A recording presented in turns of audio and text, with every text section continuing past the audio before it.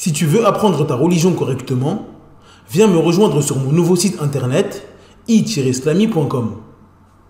Croyances, langue arabe, jurisprudence, tajwid, tafsir, sciences du hadith, comportement et exhortation. Tout cela dans une seule et même formation. Tu pourras apprendre les bases de ta religion avec des vidéos simples et détaillées.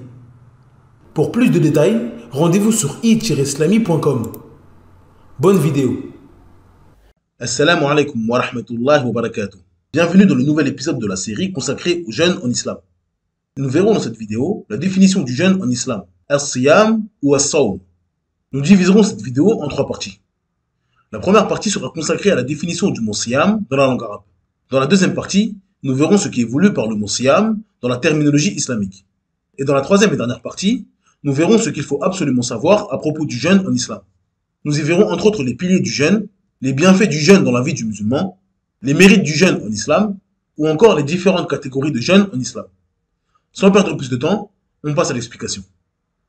Bismillah walhamdulillah wa salatu wa salamu ala rasulillah wa ala alihi wa ashabihi wa man wala. Amma ba'd. La définition du mot sawm dans la langue arabe. L'origine du mot siyam ou sawm vient des trois lettres sad, waw, mim, qui forment le verbe sawma, qui signifie se retenir de faire quelque chose ou rester dans un endroit. La définition dans la terminologie islamique. Le jeûne dans la terminologie islamique consiste à se retenir d'accomplir les annulatifs du jeûne, du lever du soleil jusqu'à son coucher, avec l'intention de jeûner pour Allah Azza wa Jal. Ce qu'il faut savoir à propos du jeûne. Les piliers du jeûne. Comme nous l'avons dit précédemment, le jeûne en islam est une immense adoration et une école pour le musulman. Une école qui lui permet d'apprendre et d'obtenir l'excellence et la piété s'il accomplit cette adoration correctement. Comme toute adoration, le jeûne possède des piliers. Pour que son jeûne soit valide, il doit absolument venir avec deux piliers. L'intention. C'est la première étape du jeûne. Le musulman doit absolument mettre l'intention d'accomplir son jeûne pour Allah Azza wa Jal, pour que celui-ci soit valide. C'est l'intention qui fait la différence entre celui qui fait une adoration et jeûne pour Allah et celui qui pratique le jeûne pour sa santé ou qui fait un régime. S'abstenir de faire ce qui annule le jeûne. Comme nous l'avons dit précédemment, le mot siyam ou sawm signifie se retenir. Pour que le musulman soit considéré comme jeûneur, il doit se retenir de faire certaines choses, du lever du soleil jusqu'au coucher du soleil. Ces choses sont au nombre de 4. La nourriture, la boisson, le rapport sexuel et vomir volontairement. Allah Azza wa Jal dit فالآن باشروهن وابتغوا ما كتب الله لكم وكلوا واشربوا حتى يتبين لكم الخيط الأبيض من الخيط الأسود من الفجر ثم أتموا الصيام إلى الليل. Dans la sourate 2, au verset 187, d'après la traduction approximative, Allah Azza wa Jal dit « Cohabitez donc avec elle maintenant, et cherchez ce qu'Allah a prescrit en votre faveur. Mangez et buvez, jusqu'à ce que se distingue pour vous le fil blanc de l'aube du fil noir de la nuit. Puis accomplissez le jeûne jusqu'à la nuit. » Abu Hurairah radhiyallahu anhu rapporte que le messager d'Allah sallallahu alayhi wa sallam a dit « Quiconque est pris de vomissement n'est pas tenu de rattraper son jeûne, alors que celui qui provoque le vomissement doit le rattraper. » Les bienfaits du jeûne dans la vie du musulman. Les bienfaits du jeûne sont multiples dans la vie du musulman, que cela soit dans sa vie mondaine ou sa vie future. Parmi ces bienfaits, il y a l'obéissance à Allah. Il s'agit du plus grand bienfait de la vie du musulman. Le musulman a été créé pour adorer son Seigneur et lui obéir. En pratiquant le siyam, il fait ce pourquoi il a été créé, ce qui lui procure du bien-être dans ce bas monde et une récompense immense dans l'au-delà. Préserver l'ordre moral. Le jeûne consiste à se retenir de faire ce qui annule le jeûne, du lever du soleil jusqu'à son coucher. Mais le jeûneur se retient également de faire ce qui diminue la récompense du jeûne. Il fait jeûner tout son corps en évitant à ses yeux de regarder ce qui déplaît à Allah. Il fait jeûner sa bouche en évitant de dire ce qui déplaît à Allah. Et fait jeûner ses mains en se retenant de toucher ce qu'Allah Azza wa Jal a interdit. La maîtrise de soi. Le jeûne permet aux musulmans d'éduquer son âme et de patienter face aux instincts primaires de l'être humain. Il a faim. Il se trouve seul chez lui, et son frigo est rempli de bonne nourriture. Personne ne le verra s'il mange. Mais malgré cela, il ne mange pas. Car il fait cette adoration pour Allah Azzawajal, le Seigneur de l'univers, l'omniscient. Plus le croyant multipliera le jeûne, plus il gagnera en maîtrise de soi, en patience, en tolérance et en compassion envers ceux qui connaissent la faim constamment. Être reconnaissant des bienfaits d'Allah Azzawajal sur nous. Celui qui se prive de boissons, de nourriture et de rapports avec son épouse se rend compte des immenses bienfaits d'Allah Azzawajal sur lui. C'est malheureusement lorsque l'être humain est privé d'une chose qu'il se rend compte de son bienfait. Jeûner souvent permet donc aux musulmans de se rappeler fréquemment les bienfaits de la nourriture et de la boisson sur lui. La santé physique et mentale. En plus d'être une adoration immense pour l'au-delà, le jeûne est extrêmement bénéfique pour la santé physique. Il y a plus de 1400 ans, notre bien-aimé prophète sallallahu alayhi wa sallam nous a informé qu'il n'était pas bon de trop manger et que le ventre était le pire récipient que pouvait remplir l'être humain. Avec les énormes problèmes d'obésité qui touchent les pays mécréants, les médecins et les nutritionnistes se penchent sur les bienfaits du jeûne ainsi que son effet dans la guérison de certaines maladies. Mais par la grâce d'Allah Azzawajal, le musulman ancré dans sa religion, qui connaît et applique sa religion dans sa vie, n'a pas besoin de toutes leurs recherches pour commencer à jeûner. Il sait que le prophète Mohammed sallallahu alayhi wa sallam a enseigné à sa communauté tout le bien dont l'être humain a besoin, dans le bas monde et dans l'au-delà. D'après Al-Miqdam radiyallahu anhu, le prophète sallallahu alayhi wa sallam a dit « L'humain n'a jamais rempli un récipient plus mauvais que le ventre. Il suffit au fils d'Adam de quelques bouchées, afin qu'il tienne son dos droit. Et s'il ne peut se contenter de cela, alors le tiers pour la nourriture, le tiers pour sa boisson, et le tiers pour sa respiration. » Les mérites du jeûne en islam. Le jeûne éloigne et protège du feu.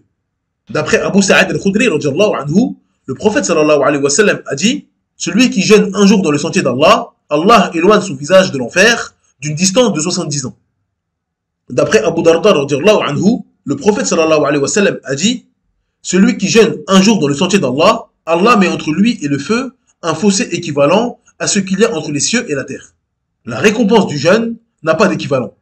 Abu Umama radiyallahu anhu a dit au prophète sallallahu alayhi wa sallam « Ô messager d'Allah, montre-moi un acte par lequel je vais rentrer au paradis. » Le prophète sallallahu alayhi wa sallam m'a dit « Je te conseille le jeûne, car certes, il n'a pas d'équivalent. » D'après Jabir ibn Abdillah radiyallahu anhuma, le prophète sallallahu alayhi wa sallam a dit « Allah a dit « Le jeûne est une protection par laquelle le serviteur se protège du feu.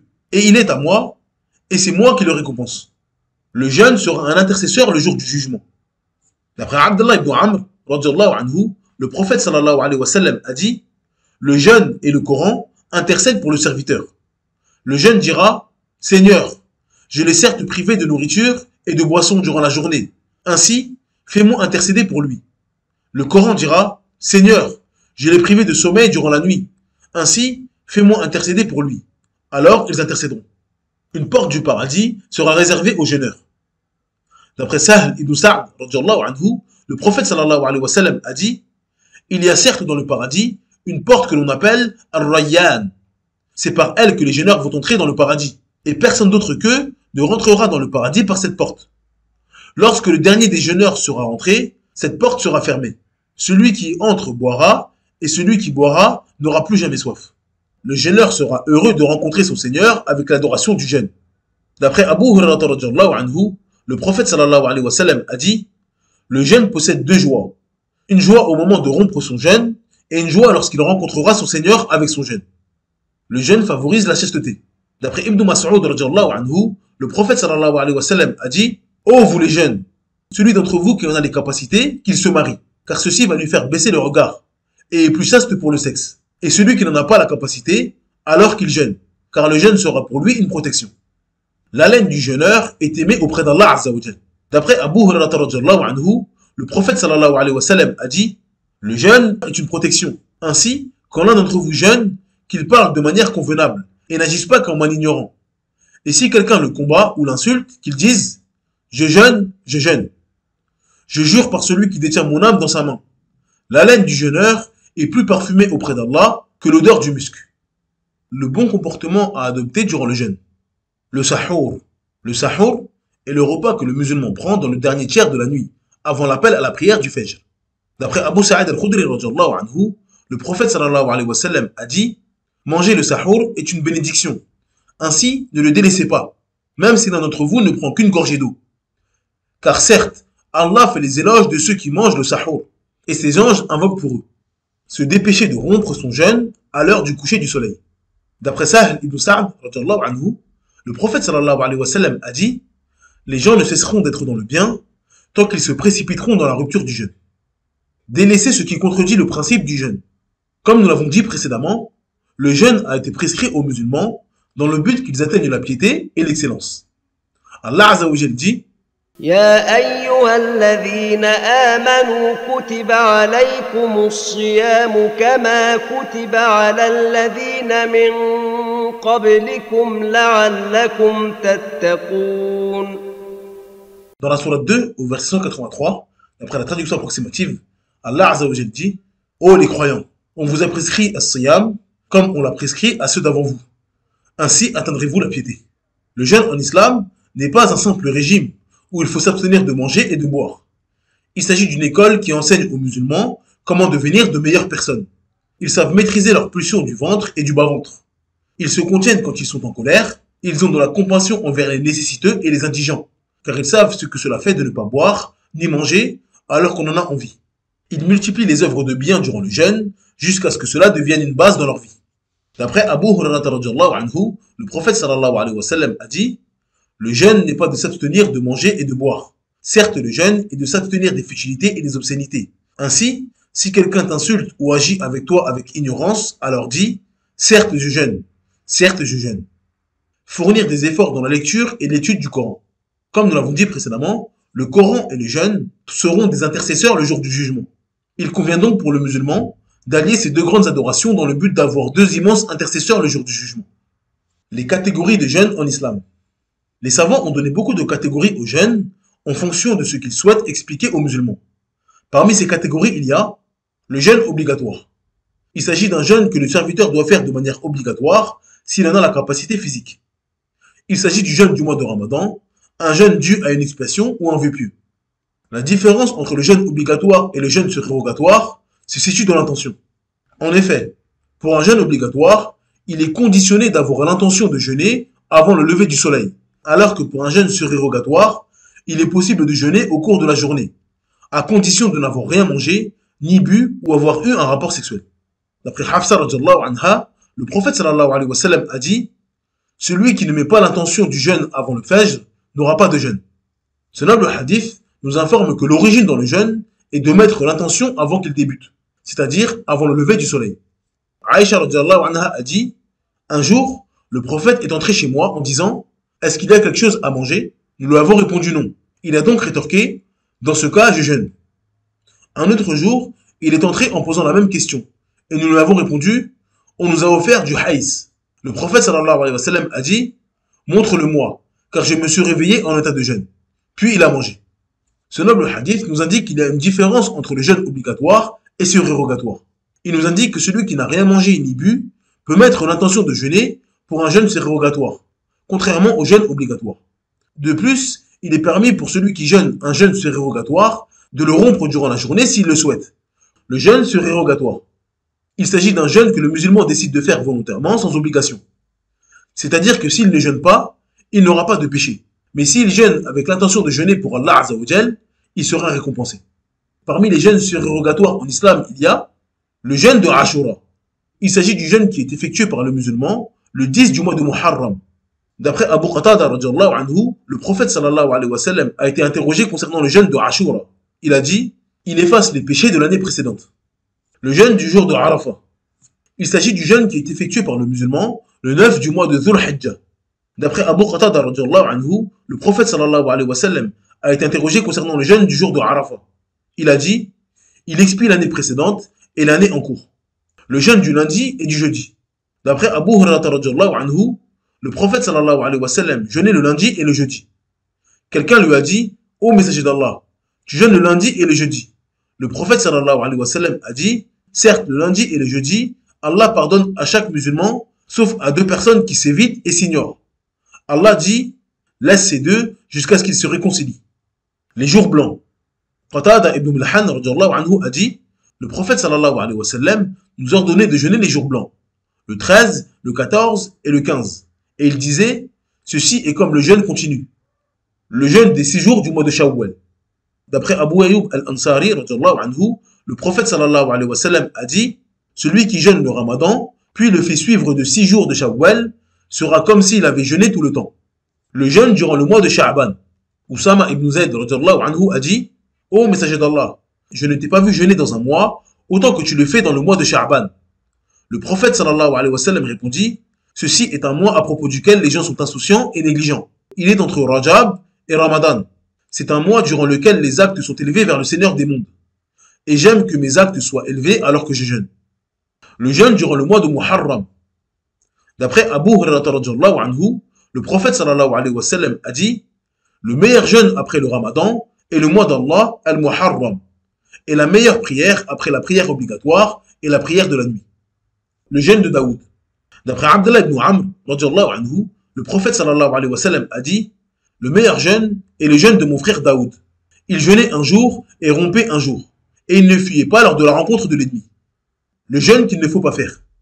Ce qui est voulu par le jeûne qu'il ne faut pas faire est le jeûne détestable ou haram. Dans la plupart de ces jeûnes, les savants ont divergé concernant le caractère déconseillé ou haram. Nous allons tenter de sortir de la divergence et mettre ces jeûnes dans les jeûnes que le musulman ne doit pas faire, qu'ils soient haram ou déconseillés. Jeûner le jour du Eid. D'après Abu Sa'id al-Khudri anhu, le prophète sallallahu alayhi wa sallam a dit: il n'est pas correct de jeûner durant 2 jours.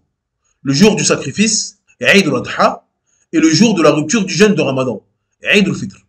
Jeûner le vendredi seul. D'après Abu Hurairah anhu, le prophète sallallahu alayhi wa sallam a dit qu'aucun d'entre vous ne jeûne le vendredi, sauf s'il jeûne un jour avant ou un jour après. Jeûner un jeûne surérogatoire le samedi. D'après Samma ou bint Busr, le prophète sallallahu alayhi wa sallam a dit: ne jeûnez pas le samedi, sauf pour ce qui vous a été rendu obligatoire, même si l'un d'entre vous n'a que de l'écorce ou un morceau de bois à mâcher. Cette vidéo est maintenant terminée. J'espère que vous l'avez appréciée. Si c'est le cas, n'oubliez pas de vous abonner à la chaîne en cliquant sur le bouton d'abonnement et en activant la cloche de notification, afin de ne rien manquer de nos prochaines vidéos. Vous pouvez télécharger gratuitement le PDF de cette vidéo sur le site i-slami.com. N'hésitez pas à commenter la vidéo en partageant votre avis ou en posant des questions dans la section commentaires. Vos commentaires aident à améliorer le contenu de la chaîne et à mieux répondre à vos attentes. Si vous souhaitez rester connecté avec nous en dehors de YouTube, vous pouvez nous trouver sur Instagram, Twitter, TikTok ou encore Facebook. Nous partageons du contenu exclusif et des mises à jour régulières sur ces plateformes. De plus, si vous êtes intéressé par les podcasts, vous pouvez également nous suivre sur des plateformes telles que Spotify ou Deezer, afin d'écouter nos vidéos hors ligne. En attendant, je vous dis Assalamu alaikum wa rahmatullahi wa barakatuh. Subhanakallahumma bihamdik. Ashhadu an la ilaha illa ant. Astaghfiruka wa atubu ilayk.